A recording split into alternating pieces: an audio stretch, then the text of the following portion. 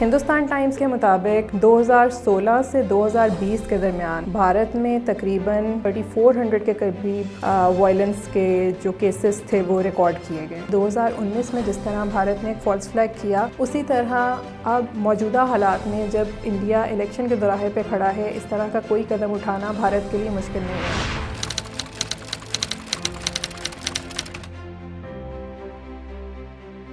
2014 میں ییل یونیورسٹی کی جانب سے کی جانے والی ریسرچ میں یہ بات سامنے آئی کہ الیکشن سے پہلے ہونے والی رائٹ سے بی جے پی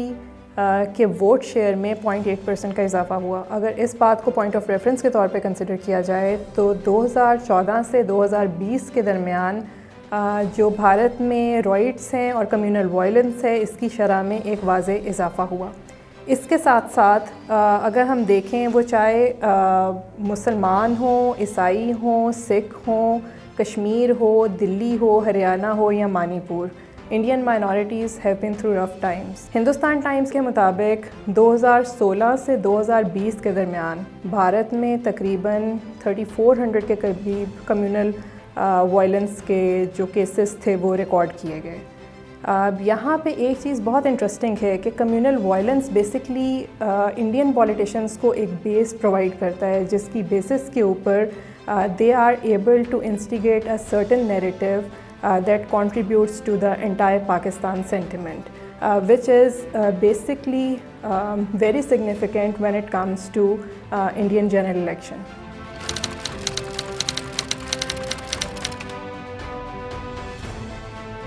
انڈین الیکشن میں پاکستان فیکٹر ہمیشہ بہت امپورٹنس کا حامل رہا ہے۔ انڈین پولیٹیکل پارٹیز ہمیشہ پاکستان سینٹرک اپروچ کو اپنی منشور کا حصہ بناتی رہی ہیں، وہ کانگریس ہو یا بی جے پی۔ پاکستان ان کے الیکشن مینیفیسٹو کا ہمیشہ حصہ رہا ہے۔ 2014 میں کانگریس نے اپنے الیکشن منشور میں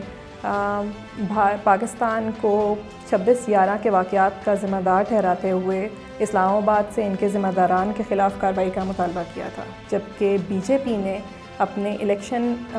کا جو مینیفیسٹو تھا اس میں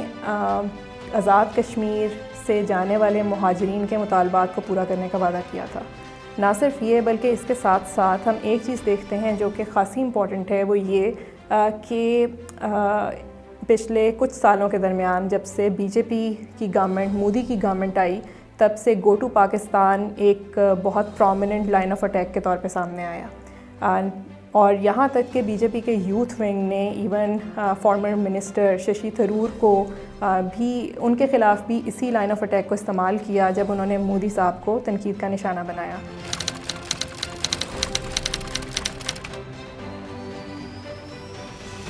مزید یہ کہ ستمبر 2018 کو انڈیا کے یونیورسٹی گرانٹس کمیشن کی طرف سے ہائر ایجوکیشن کو ایک سرکولر جاری کیا گیا، جس میں انہوں نے 26 ستمبر کو سرجیکل اسٹرائک ڈے ڈکلیئر کیا۔ اس کے بعد پھر ہم دیکھتے ہیں کہ الیکشن سے پہلے کس طرح سے پلوامہ بالاکوٹ انسیڈنٹ ہوتا ہے، جو کہ مودی گورنمنٹ نے ایک فالس فلیگ آرکسٹریٹ کیا تھا۔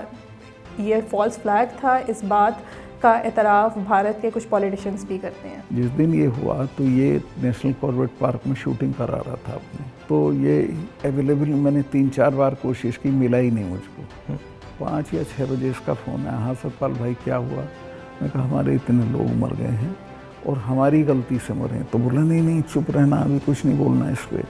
اب ایک بار پھر بھارت الیکشن کے دوراہے پہ کھڑا ہے اور ہمارے سامنے بالکل وہی پیٹرن نظر آ رہا ہے۔ اگر ہم 2019 اور 2023 میں بھارتی آفیشلز کے اسٹیٹمنٹس کا انالیسس کریں تو اسٹریٹجک کمیونیکیشن امپلائمنٹ ان کی، تاکہ ایک خاص سینٹیمنٹ کو ابھارا جا سکے جو کہ الٹیمیٹلی ایک انٹائر پاکستان سینٹیمنٹ ہے،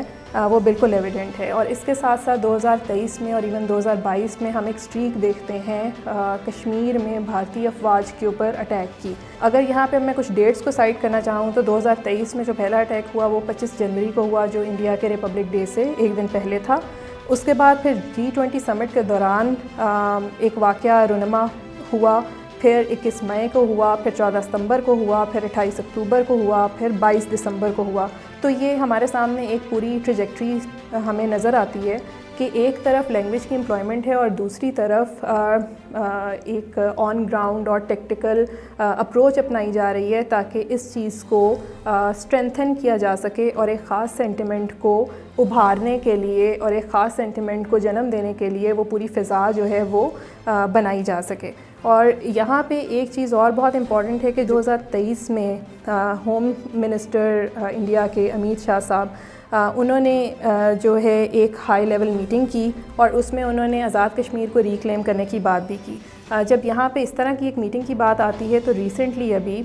2 جنوری کو بھی ایک میٹنگ ہوئی جس میں انڈیا کے ہوم منسٹر کے ساتھ ساتھ آرمی چیف، را کے چیف اور اس کے ساتھ ساتھ مزید سینئر قیادت نے بھی شرکت کی. لیکن اس کے بعد ہوا یہ کہ بھارتی سوشل میڈیا خصوصاً ایکس کے اوپر